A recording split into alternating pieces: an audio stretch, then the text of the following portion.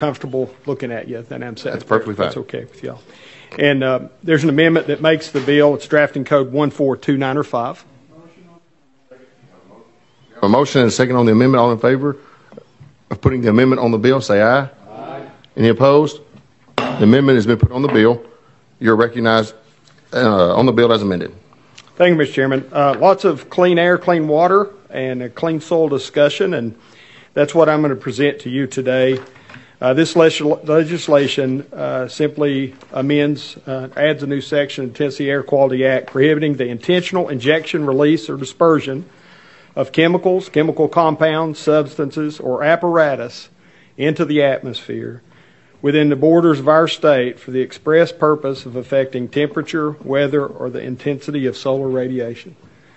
Growing up, I would have never thought I'd had to come to y'all with a request to pass a law for this, but that is the world we live in.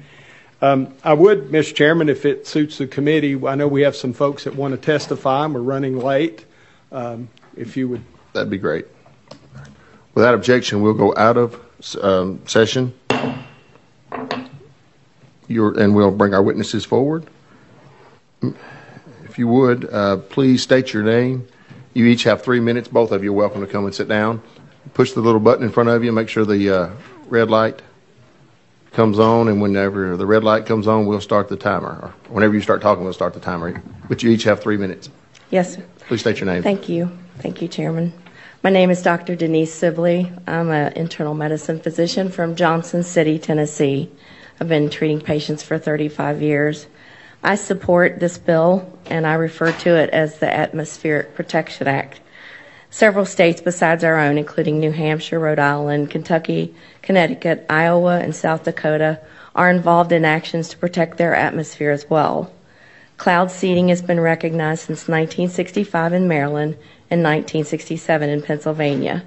Both in our own TCA 58-2-116, which specifically mentions legal weather modification in our state, and in the 44-page White House June 2023 congressionally mandated report regarding the framework for governmental past, present, and future weather modification through solar radiation modification using stratospheric aerosol injection, marine cloud brightening, and cirrus cloud thinning. There's no doubt that weather modification is taking place within our state. These actions of intentional manipulation of the atmosphere produce pollution and unintentional consequences that affect the health of our citizens, the safety of our water supply, our soil viability and crop production, the ecosystem survival, the precipitation extremes with flooding and drought, climate variability and extremes, and disruption of the economy.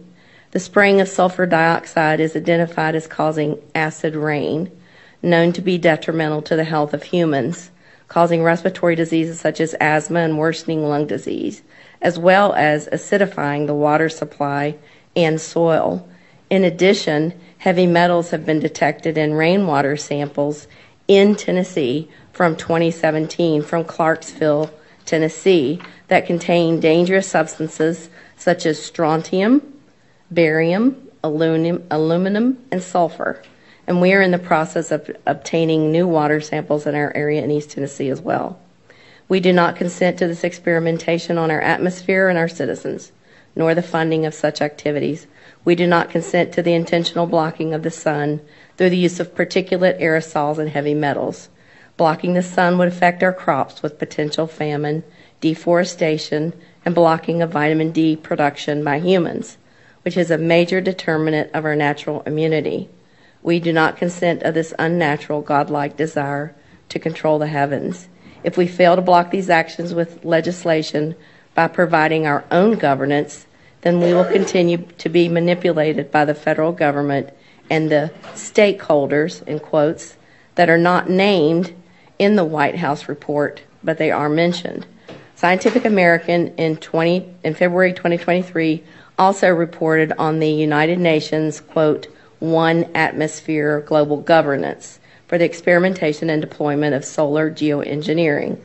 and solar radiation modification, which would link all world governments under singular control. I urge you to support our 9th and 10th amendments and to lead the nation as Tennessee forcefully says, no, not in this state. You won't mess with our atmosphere. We're running out of time. Thank you. Thank you. You're recognized.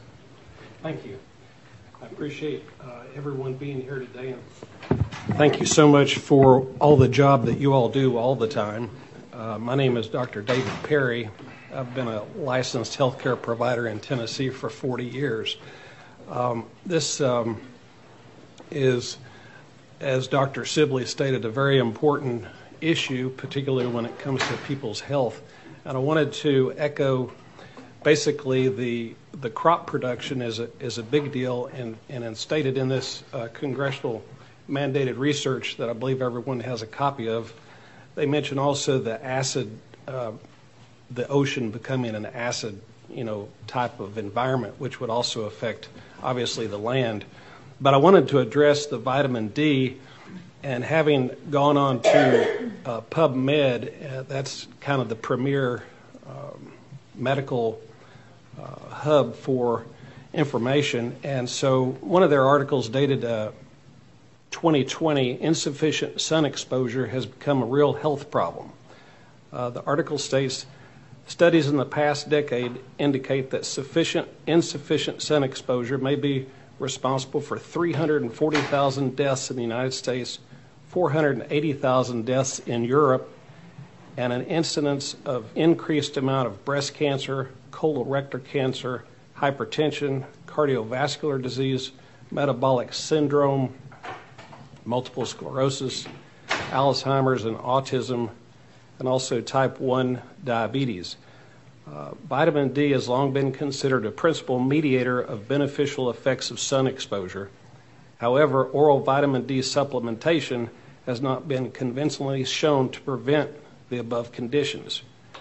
Thus, serum vitamin D as an indicator of health status basically shows that the effects of the sun outweigh basically taking a supplementation, although supplementation is obviously what you do if you can't get enough sun.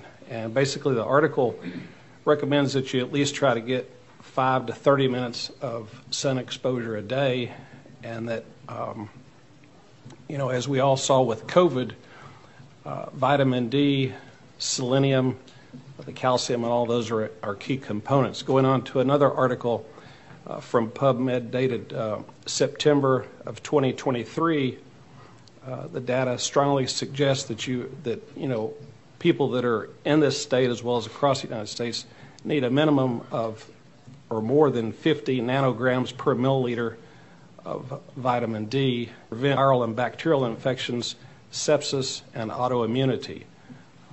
Basically states further that you've got maintaining such concentrations in 97.5% of the people is achievable through daily safe sun exposure, and that supplements basically are kind of a resort as well, but that you're going to do way better if you have.